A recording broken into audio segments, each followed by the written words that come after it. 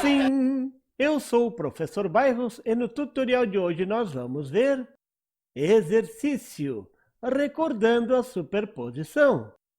Hoje nós vamos recordar, como dizia um velho deitado, recordar é aprender. Hoje vou recordar o teorema da superposição. O exercício é: determine a corrente zero no circuito da figura. Para solucionar, vou usar o teorema da superposição. Vamos lá? Slide. O teorema da superposição é usado quando o circuito possuir mais de uma fonte. A sua vantagem é que usa basicamente a lei de Ohm para solucionar o circuito. A desvantagem é que você terá que resolver tantos circuitos quanto forem as fontes. No circuito da figura tem duas fontes, então você terá que resolver dois circuitos. Os passos para usar o teorema da superposição são os seguintes. Dividir o circuito principal em circuitos parciais, um para cada fonte. Para gerar o circuito parcial, você deve escolher uma das fontes para se manter no circuito. Então, você deverá zerar as outras fontes. Para zerar uma fonte de tensão, você deverá colocar no seu lugar um curto-circuito, um fio 0 volt. Para zerar uma fonte de corrente, você deverá colocar no seu lugar um circuito aberto, zero corrente. Note como os tópicos vão se interligando. Esse mesmo raciocínio foi usado para montar o equivalente de Thevenin e Norton.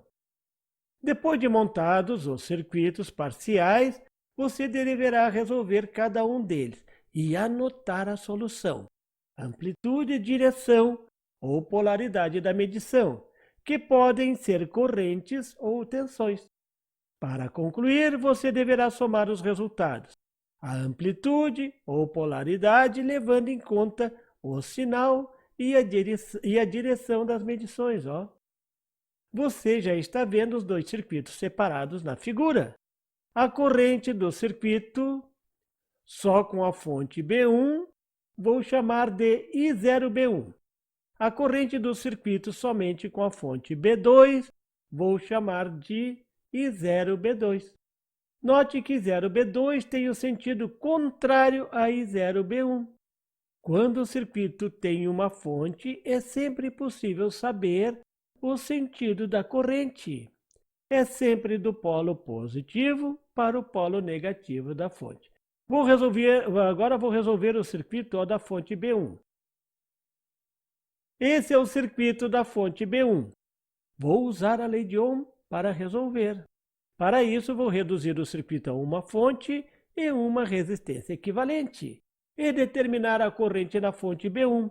Vou chamar de I1. Depois vou distribuir essa corrente até chegar na corrente desejada, I0B1. A resistência equivalente é muito simples, é o paralelo de R2 com R3, que deverá ser somada a resistência R1 em série. Vou calcular o paralelo agora. RE23 é igual a 5 ohm de R3 vezes 20 ohm de R2 sobre 5 mais 20, a soma das duas resistências. Isso dá 4 ohm. A resistência equivalente RE é igual a 4 ohm da resistência equivalente 2,3 mais 20 ohm da resistência R1. Isso dá 24 ohm. Agora a corrente 1 é igual a 120 volts aqui, da fonte B1 sobre 24 ohm da resistência equivalente, calculada há pouquinho. Isso dá 5 amperes. Vou desenhar no circuito. Agora vou pegar essa corrente e vou distribuir.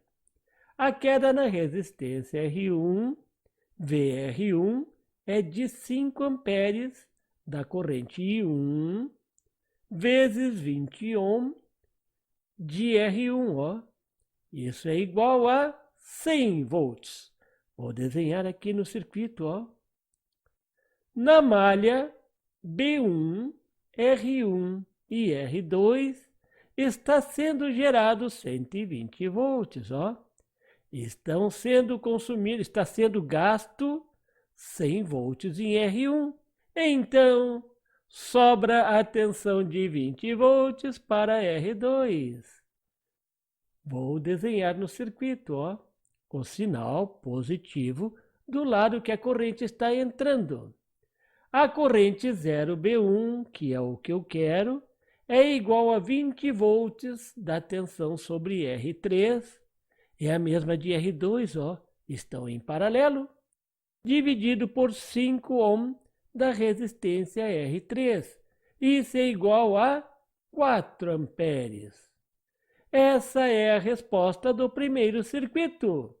Vou deixar desenhado no ladinho aqui, ó, e 0B1 igual a 4 amperes, com o desenho da seta indicando o sentido.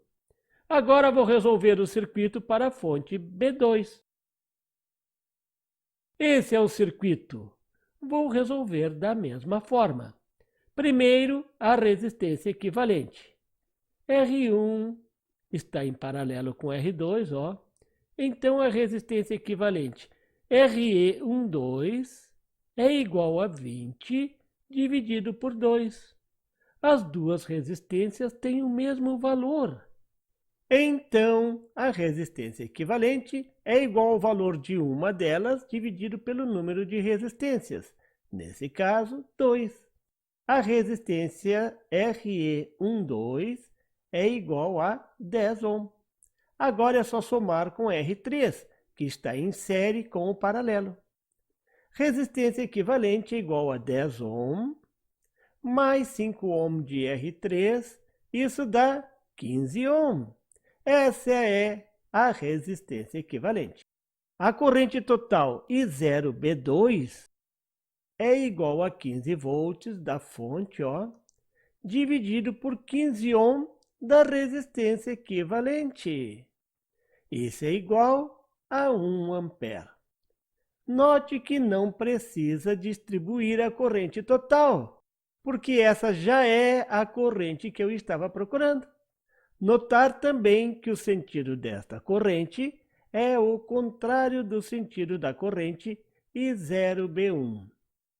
Vou desenhar aqui no cantinho as duas correntes, ó, bem juntinhas.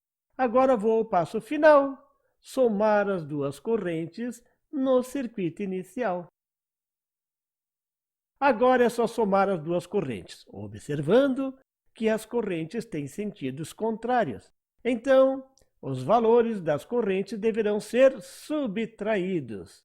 A corrente de maior valor, ó, menos a corrente de menor valor. A corrente 0 é igual a 4 amperes de I0B1 menos 1 ampere de I0B2. Isso é igual a 3 amperes. Esse é o valor da corrente pedida. A corrente 0B1 é a corrente de maior valor. Então, o sentido da corrente final, ó, será o mesmo de 0B1. O sentido da corrente 0 é o mesmo desenhado lá no início, ó, e o valor será de 3 amperes. Vou desenhar esse valor no diagrama. Pronto! O circuito está resolvido. Rápido, lépido e rasteiro. Qualquer criança brinca e se diverte. A lei de Ohm e a superposição são as formas mais simples para analisar circuitos, porque não envolvem sistemas de equações. Foi bom relembrar, refrescar a memória, não é mesmo? Estar relembrando constantemente é importante para o aprendizado. Bem, pessoal, era isso por hoje. E por favor, se você não é inscrito, se inscreva e marque o sininho para receber as notificações do canal. E não esqueça de deixar aquele like e compartilhar para dar uma força ao canal do Professor Bairros. E não tem site? Tem sim, é www.bairrospd.com.